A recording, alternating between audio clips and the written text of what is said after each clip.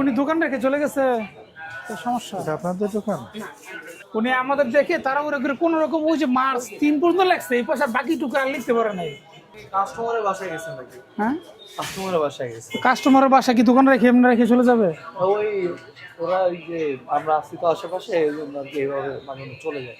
মানে তো থাকতে, ওনাকে একটু আসতে বলেন, কারণ ওয়ালাইকুম আসসালাম। আপনার দোকান রেখে আপনি কোথায় চলে গেছিলেন? দোকান রেখে কাস্টমারের বাসা চলে গেলেন? আচ্ছা, ওই যে 1 তারিখ, যেটা 1 তারিখ কখন লিখছেন? না, এই এক কখন লিখছেন? এই মাত্র লিখবেন কেন? কি ইংরেজিতে 1 লেখা ছিল? মানে ইংরেজিতে 1, বাংলায় 3 ছিল। এটা এই কেন হয়েছে জিনিসটা? কারণ হলো আপনি আমাদের দিকে তাড়াহুড়ো করে লিখছেন, এই জন্যই এক জায়গায় বাংলা লিখছেন, এক জায়গায় ইংরেজিতে লিখছেন। এটা আজকের বাজার দর যা আপনি আমরা নিয়েছেন? ওই যে ওখানে যখন দেখলাম তখন এই পাশে মানে 303-এর এই পাশে কিন্তু কিছু ছিল না, 1 লেখা ছিল। মানে একটা দাগ ছিল, ওটার 1 ধরছেন আপনারা। আজকে যে বাজার দর আপনি হালনাগাদ করেছেন, সেটা আজকের বাজার হিসাব করে করেছেন না এটা আগে থেকে লেখা ছিল যেরকম ওরকম? আমার স্লিপ অনুযায়ী আর কি। স্লিপ অনুযায়ী। এই আদা কত বিক্রি করেন এটা?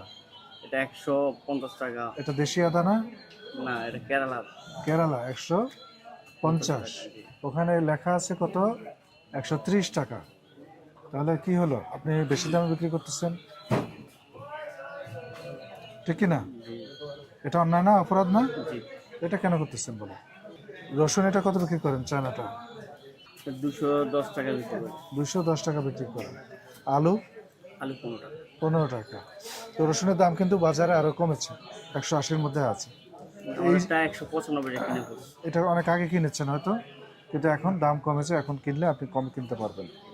তো এই যে আদার ক্ষেত্রে বললাম, দাম আপনি লিখেছেন 130 আর বিক্রি করছেন 150। এটা হচ্ছে ভোক্তা অধিকার সংরক্ষণ আইনের 40 ধারা লঙ্ঘন। অর্থাৎ যে দাম আপনি নিজেই নির্ধারণ করেছেন সেই দাম আপনি নিজেই মানেন নাই, তার চেয়ে বেশি দাম বিক্রি করেছেন।